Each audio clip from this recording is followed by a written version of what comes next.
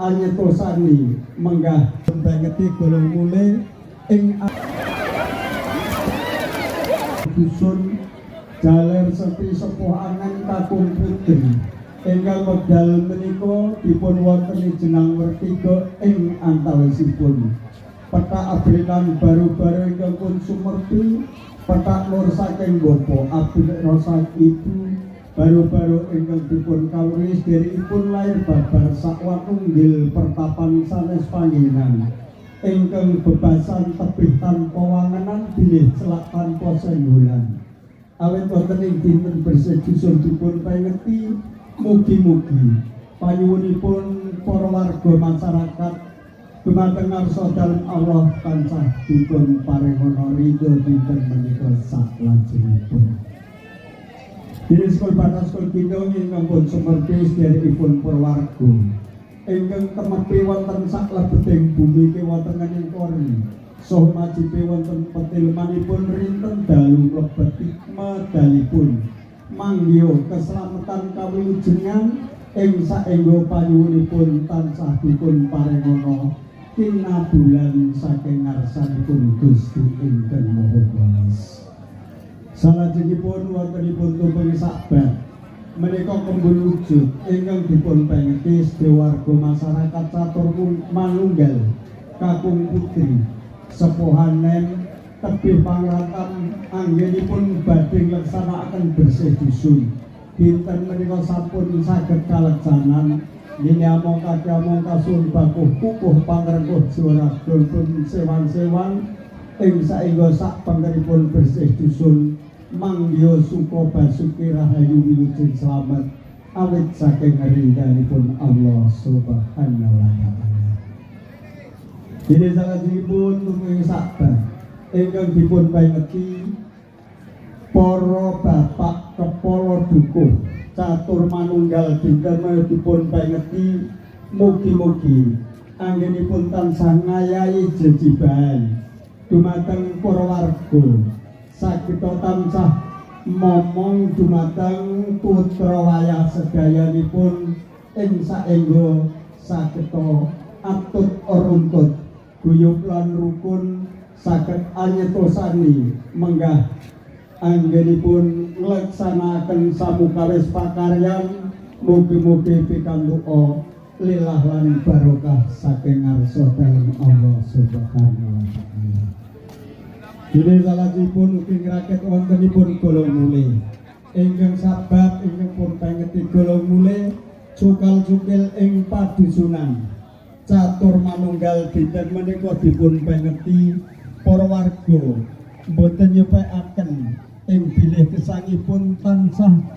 ginakaken hasilipun lan anggenipun sami gesang nglenggahi bumi pertiwi mila dipun pangeti dinten menika mugi-mugi kalilahana anggenipun nyuwun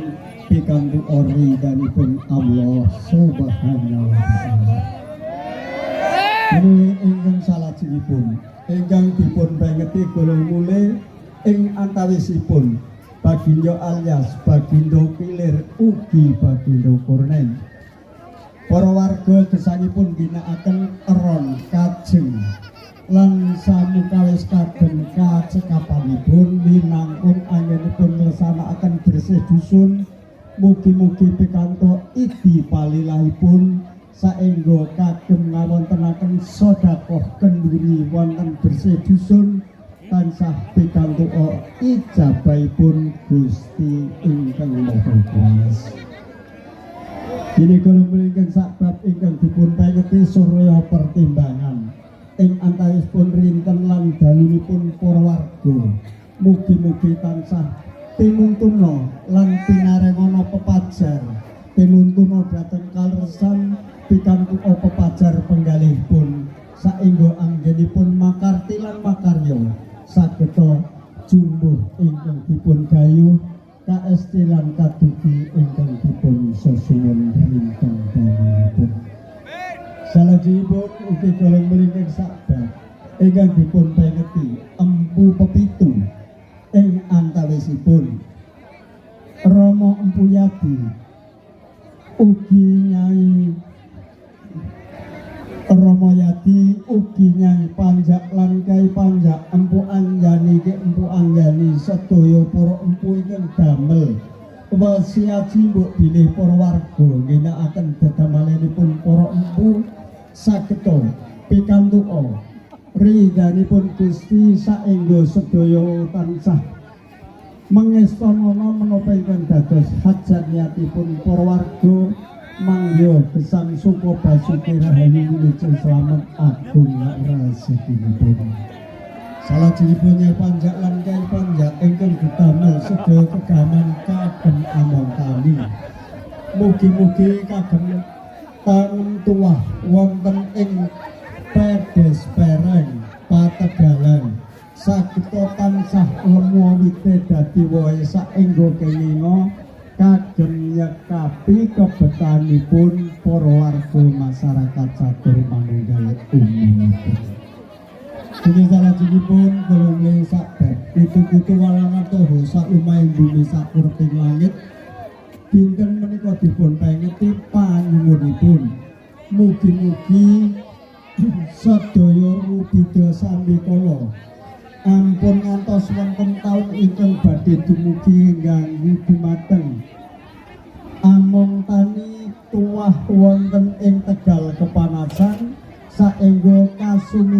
kasumingkehna sageta pikantuk ridhanipun Gusti ingkang dados. Dene salajengipun golongan ingkang sakbab ingkang dipun pengeti pasaranipun dina 7 sasi 12 taun 2000 kawan pawu kontigan dasa kawan sasurji piniji anggenipun ngestatunaken tinilaranipun nenek moyang bilih dinten Senin paing kagem merti dusun utawi bersih dusun. Mugi-mugi pikantuk rahmatipun Gusti dipun paringana ijabah sak ring panyuwun para warga sedayanipun. Wontenipun sekul mugi ingkang lembaran ugi ingkang dipun pengeti junjungan kita Nabi besar Nabi Muhammad sallallahu alaihi wasallam ingkang tansah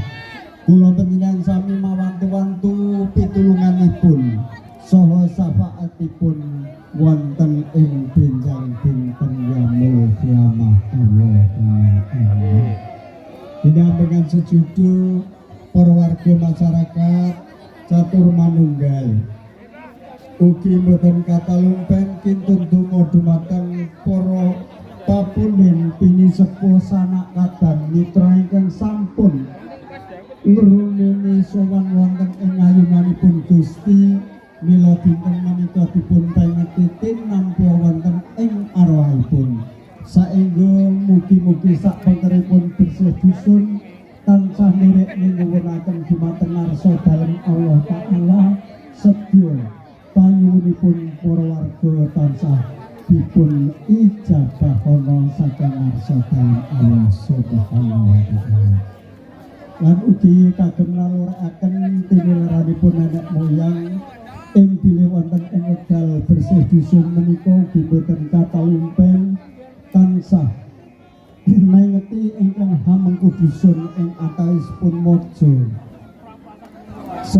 ler ngaglik lan 10 kidul kula gerbo dinten menika ugi dipun pengeti mugi nampi pepangetanipun para warga ing saengga para warga mbok bilih wonten galap gangsing ngatur kirang anuju prana dumateng kersanipun ing pramila wonten lumuntur isih panas somengken agung. Mugi Allah tansah paringa pangapunten dumateng panjenengan kula sami sedaya. Duluran kekalih ingkang pun pengeti rudur bida sambikala ingkang mapan sadaya papan sageta suminggah sumisih kasapar kasandungan sulon wonten Blanggung Prapatan sak pengkeripun para warga mangya Sukara Harjo rahayu slamet kabul ingkang dipun sesuwun rinten dalemipun. Salajengipun tumpeng alus mugi-mugi sedya ing panyuwunipun para warga masyarakat kanthi manunggaling sedya alus lulus panyuwun dumateng ngarsa dalem Allah Subhanahu wa taala. Wonten dinten Senin paing sonten menika mugi-mugi Allah tansah nampi panyuwunipun para warga masyarakat catur manunggal ing saengga pinaringono ijabah ingkang dipun sesuwun rinten dalipun. Bobile mekaten anggen kawula ngetaraken rinake ing sedaya kenduri bilih kirang langkungipun Allah mugi tansah anjagapi lan ngabulaken panyuwunipun para warga masyarakat. Kula pribadi mbok pilih wonten kekuranganipun Allah paringa pangapunten murestu pikantuk ridho saking ngarsanipun Allah kanthi lumantar doanipun kadang kula mohsanitu ing prawila wekdal kawula sumanggaan lan katur saking kawula makaten taufik wal hidayah. Wassalamualaikum warahmatullahi wabarakatuh.